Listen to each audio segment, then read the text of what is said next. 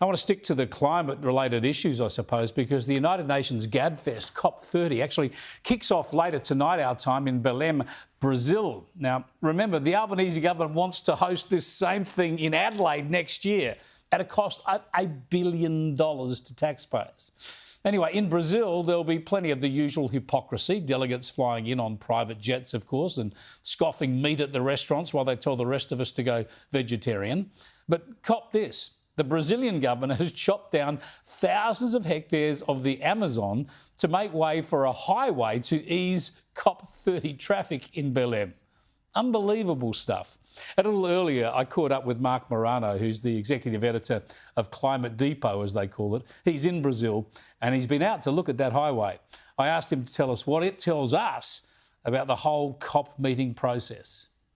Well, we went out to the area where the road is still under construction in parts, and we saw the clear-cut path, we saw a dirt road, and it was an amazing sight because this is a rainforest city here in Belém. And what do they do with this United Nations Climate Summit in order to accommodate the billionaires, the oligarchs, the Hollywood celebrities, the world leaders who all come into this who all fly into this, and they would need to get around in this very small, relatively speaking, Brazilian city. They had to clear cut, by estimates, tens of thousands of rainforests, hundreds of thousands of trees, just to put this highway in so that the city would flow. And it's been a huge embarrassment for the United Nations. And what the most unbelievable aspect of this, not only just the hypocrisy, but the BBC is the one that broke it. It was the BBC yes, exactly. Of about 6 months ago. The same BBC that's now apologizing for biased climate coverage. And this is one area they actually got right at that moment. Yeah, so good on them. It's a fact they couldn't avoid, I suppose. You mentioned Belém is a smaller city than usually hosts the COP, and it's relatively remote and difficult to get to. Are we still going to see all the private jets and the rest to get there? Yeah, people are going to be all sorts of private jets. It starts tomorrow. We're trying to get to the local airport and find out the parking situation for all these jets, if we can. It's sometimes very difficult to get straight answers on this. But typically, we've seen these conferences, and they can be anywhere from 20 to 40,000 people attending. They have carbon footprints larger than most cities around the world. In fact, they'll use more electricity during the next 2 weeks of the summit than most African nations do in a year. But at this summit, for the first time ever, there's not enough hotels, there's not enough rental housing.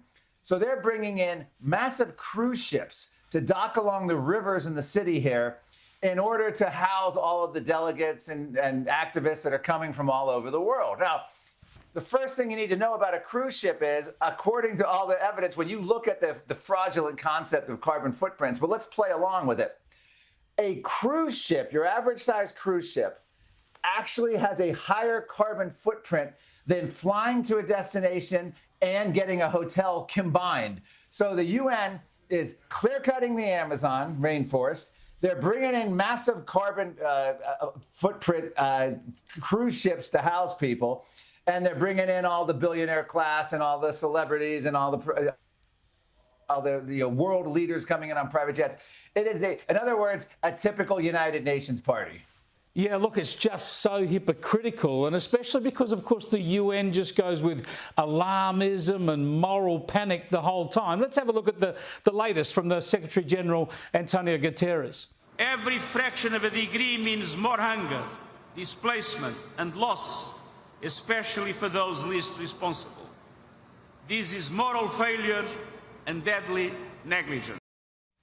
Mark, I don't know whether it's just me, but it seems to me that these sorts of speeches are getting more and more desperate, pleading with people to take them seriously, because the push to net zero is losing favour in many sensible countries like the US and the UK. Is that not the case?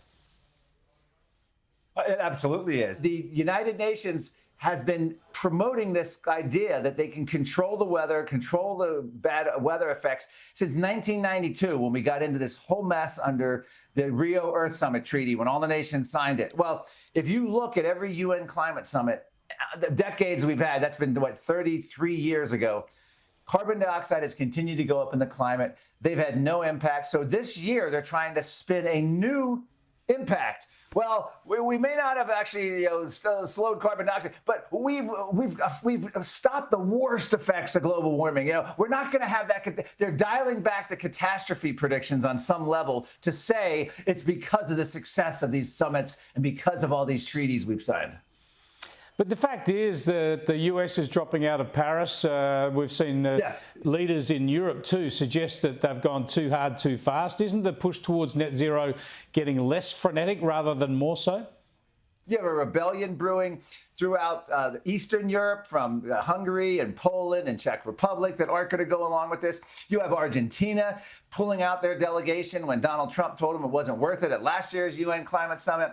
So they are facing complete collapse. You have New York governor here in the United States, Kathy Hochul, not meeting the state's climate goals because she wants cheap and affordable energy. You have Gavin Newsom forced to retreat and beg oil companies to stay in the state because they need oil refinery.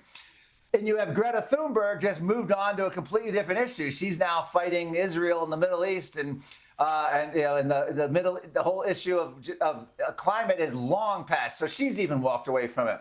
This issue, the most telling part of this, Chris, is that Donald Trump has come in to the face of the United Nations General Assembly, called it a cult, a scam, told them how wrong they were. He's dismantled the United States, complete climate agenda, and there has been virtually no pushback in any sector. Now, they can still fight back, the forces against Trump. They're pushing back about his immigration policy, but when it comes to climate, crickets. Our country, Australia, wants to host COP31 next year. It will cost taxpayers $1 billion.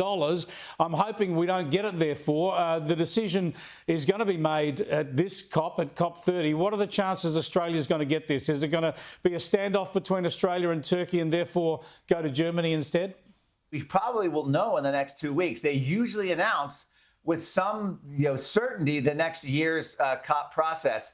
I don't know if Australia really wants it. I mean, I guess it brings in a lot of money gets pumped into these countries in a short amount of time. So economically, it's probably a good thing for the country. But short term, because you get all these wealthy climate activists from all over the world. Hey, it's going to cost us $1 billion. We have to pay $1 billion to host it. How can that be a good deal? Yeah, I don't know. Yeah, maybe your cost-benefit analysis doesn't pay off there, but mostly you're going to have to put up with hot air and bull bleep because that's what these summits churn out on a nonstop basis.